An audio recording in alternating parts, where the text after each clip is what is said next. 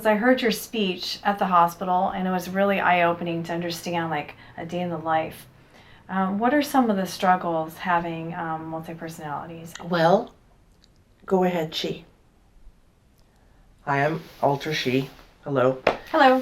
For those that have read the book, yes, that I was the big bad evil one back in the day, but now I'm a saint, and Nice. one of the experiences that we just recently had that I wanted to share was that we took a ferry ride, and for a lot of years when there was a lot of instability with Christine and then with some of us, Christopher was often a part of it, and he would be there, and people don't pay attention too much really to other people, and you can get a lot of, Cindy might be out sucking her thumb and pointing at boats, and she's with Christopher, and people aren't really paying attention that the next minute then it's his wife and he's giving her a kiss, and it's a unique circumstance that we have. Well, we went on a ferry ride, and we were going without Christopher to meet a friend that was living in Bremerton, and it was not a rainy day, and the kids, there's Chrissy's 7-ish,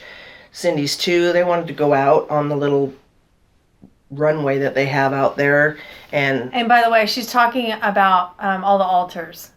Yes, just they're all altars. So I walk out with them out to the little outside area that's fenced in so they can be outside, and there's people standing around looking, and at one moment Cindy's out and she's holding onto the railing and she's bouncing up and down like toddlers do, and so excited and pointing, and the next minute Chrissy's out, and it was just like, I'm not going to worry about what other people are thinking, because you can't. And if someone has a question or they think something's going on with this woman, because then I walk in and I'm all out and very much normal person just walking into the room, they can ask questions, and it has happened that they do. Otherwise, we just go on and we just make sure we protect ourselves and that we're safe and the kids are content and happy. But it was an experience that was unique. So 2 questions. Let's see. So in terms of who is it that is concerned, like Chrissy, the 2-year-old and the 6-year-old, 7-year-old probably are not concerned about image. But so you, she, and Christine, or who is it that is like, oh, I wonder what they're thinking when Chrissy's, Unfortunately, Chrissy, again, the altar that's about 6 or 7. Time and age are different. Chrissy's been in the 5, 6, 7 age range for 50 years.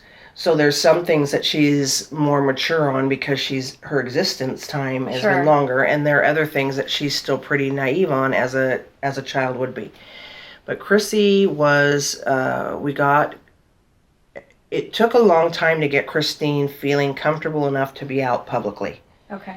Whether that's Alter Q doing bead shows, whether it was just letting Chrissy go to a swimming pool that was a public swimming pool. And when that time came, Christopher would take her, and I might be out in the parking lot having a cigarette before we go in, and we don't smoke anymore. Then we get in there, and then it's Chrissy swimming doesn't know how to swim super well, and she's got her paddles, and in most people's viewpoint, when they don't know, is that she's, I don't know what the politically correct term is, that it's an adult that has a learning disability of some sort. And unfortunately, Chrissy noticed that the employees at this particular pool were kind of giggling and mocking at her, and it made her feel really uncomfortable. Mm-hmm. So Chrissy's very observant of people's perceptions, and we really work with her to just try to enjoy your moment, and people are going to judge or they're not going to judge, and you can't control them. But what we can do as a family is have a good time. So we either stay in the house and hide away and not be judged, or we live our life, and we're really trying to do that together as a family. And sometimes people's lack of awareness, which what we're trying to change, makes people judge. And kids are kids, when they're youth. Teenagers and in junior high and high school can kind of be cruel sometimes. Not all of them, but They don't get it, and if you make somebody uncomfortable, they don't get it. And, they don't like feeling uncomfortable. Right. So I think it's more Christine and Chrissy that take on the image, to get straight to your question, the image concern of what people are thinking and what people. Christopher's really overcome that for the most part. I don't give a rat's diddly dip what somebody else is thinking, as long as they're not being cruel to this group of people that are doing the best they can. I love it. I'm definitely one to speak up for justice, and just people should just be kind. Yeah, it doesn't work that way, and I'm not always kind either. I'm not necessarily the best people person, but I am definitely very prickly when it comes to our family and what we've worked so hard to obtain. But we can pass words around like ignorance and I don't mean that in a negative connotation, though there are people that are just blatantly, some take things to the extreme, and some are off their rockers. But really, we have been so fortunate with the feedback that we've gotten. 95% of the feedback we've gotten nonstop, whether it's been through interviews, whether it's been through people stumbling across our book or our blog, has just been, thank you, please keep doing this, please continue to try to bring some light to this condition and make it not be, what did Sita say? Or we call Christine Sita. Yeah, we all have nicknames too. So she said to take the hiddenness out of DID. That's kind of what we're working toward. I was watching King 5, Lori DeMont's-Cal, who I met when I was 5, and then she interviewed me when I was, 23. Anyways, great person. I saw the interview that she did with your clan, and they just did a wonderful job on King 5. And I was reading some of the comments, and they really offended me. And then there were a couple of them who had DID and who were so pleased. Because I think that it was Rim who was talking that she wanted to impact at least one person. So definitely we have. You have. Yeah, this is Chris again. Yeah. Hi. And so with your book, what are people saying? They're emailing you, or they email us through the blog. There's a contact section on our author website, and Q actually has an interesting experience that just happened. If Q could share it. Sure. Go ahead, Q. Hello again. Hi. I was at a holiday open house where it's annual that we've done with a friend who has a hair salon, and she has a large gift area. And every year she has 4 or 5 vendors come in and sell their wares in addition to her gifts. And it's just one day for 5 hours. And we had I do beaded items, bead people, and these little memory wire bracelets. Yes. Thank you. And then on the table also was just a little tray that had Christine's books there. And people that have been going to Carol's open house have been going year after year. And so there's some faces and they get excited. And it was like, oh, Q, I can't wait to see what you created this year. But there was a lady that was looking and interested in our book.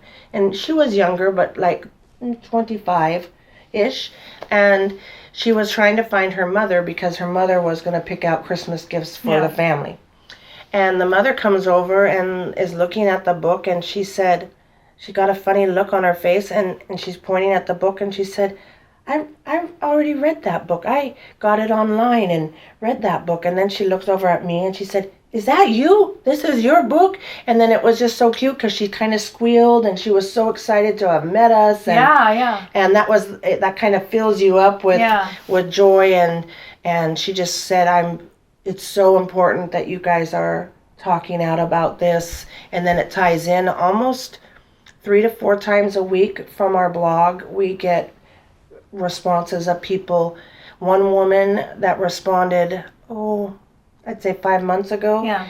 She had lived her whole life thinking that she was go to support groups, and even the DID support group, she didn't feel like she belonged in because she was co-conscious, which is what we are, co-conscious with one another. Can you explain what that? Co-conscious would be we're aware of who's out in control of the body. We can hear what's happening inside. We can hear what's happening outside. We can see out each other's eyes. That's being co-conscious versus traditionally people with this condition lose time, so that if I'm the alter that's out, then I could be out for a month, I could be out for 2 days, and the person that was just out has no idea that time is passing, and then they wake up and they're maybe with somebody that isn't their husband, or they wake up with a needle in their arm and they don't normally do drugs. I mean, there's all sorts of horrific situations that occur. So, and Chrissy is the one that you say that you lose time with. So when Chrissy is out, Cindy, the Cindy. seven-ish 2-year-old. Oh, the 2-year-old. Okay, Mm-hmm. I will get this down. So you lose time with her when she's Yes. out. So that's because you're co-conscious. You're aware of everything, and like in the movies, that's when there's problems, right? When they're not, if the stereotype of DID, right? Yeah, That's where the problem is. Where they did something bad, but they weren't aware of it. Is that where the problems? it can really run into problems for people on their journey, because even though life is going quite well, I've heard Christine, this is still cute, but I've heard Christine say to someone, the DID part of my life is probably the most healthiest part of my life, that she has her own personal issues of body image or different things that might go on. But as far as how we live with our DID, we're quite healthy with it. Mm-hmm.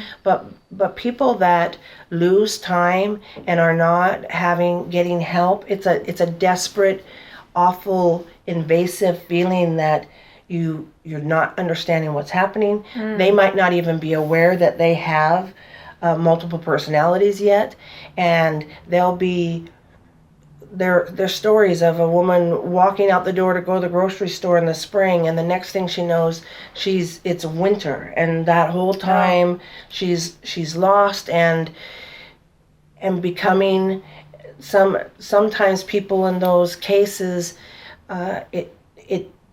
it's just extremely challenging to then come to the realization that this is happening to you, that you do share your life with other people. The transition of sharing your life that way, it's very terrifying, specifically for the host, like Christine, who was born as Christine Patillo. And so, just to be clear, so the host is Christine, and the rest share and are a family. Right. For us, it is. For Yes. your specific situation. Yes. And then for us, it was never an option of integrating or having us leave. Christine has had us, most of us, the majority of her life. And there are people that have this condition that the sole goal is to integrate as many of the personalities so that the person can become whole as one. And that's a painful, exhausting path too, and is not cut and dry. It's different for different people, but it just was never an option for us. Okay. What about for the people who don't have this condition? What would you like them to learn? Well, this is Chrissy. Hi. Hi. Hi, Christopher. I'm about 6 or 7, and for me, I just think it would be really nice, whether it's this condition or somebody that has any other health problem, to why is it when someone's different that we have to laugh or sometimes be mean? I don't understand that. And maybe if you took a second just to say hi, or maybe help them get a notebook out of their locker, or anything that just is warm, I would say just pass on warmth instead of cruel. That's what I would say. Thank you. And I think, hi, that's Chris. Thank you, Chrissy, for sharing. I think too that for us, there was a quote that was shared. Did I say this? That it was it's a hiddenness. People hide it. People can go their whole lives like we were married right. for Mhm. 18 years, never shared it. And I think from what we've learned from our readers has just been continue, thank you for taking the risk, and continue being the voice, bringing it up so that the rest of the people can have a chance when they feel safe to talk about it to their people, to their community, to their churches, to their families and friends. And if somehow we can desensationalize it and de-Hollywood it, yes, there are extreme situations and there are awful things happening out right now with shootings and killings at schools because of not so much firearms as much as mental illness issues that haven't been dealt with. But it's not, we're not possessed, we're not condemned. The majority of people are not great actors and actresses and they're out for publicity. This is something that I have lived with 24 hours a day, 7 days a week, almost my entire life. And just taking a chance to realize that something can be just a little bit different than what we're used to, and asking questions. Ask questions. We'll, especially for us, we'll answer them. And hopefully in time we can break down stigmas that we run into, even in organizations that are set up to be for mental health, specifically for DID. The awareness just isn't there. And so we're running into blocks in organizations that we didn't think we'd have them. But, they're just people too. And we just need to keep slowly talking to people and giving them information and helping people realize that there's a better way to deal with people and to talk to them, and that DID does not have to be a big, spooky, scary situation, though there are definitely times when the person living it is terrified. Well, thank you. It takes a lot of courage to come out, and I'm delighted to help you share your story and your team. And we're grateful too. Yeah, and we are going to hear from Christine's husband, Christopher, and we are going to take also a look into kind of what the daily life is, and so you can get a little window into what that's like. It sounds exhausting, but we'll be back. Thanks for coming out. Thank you.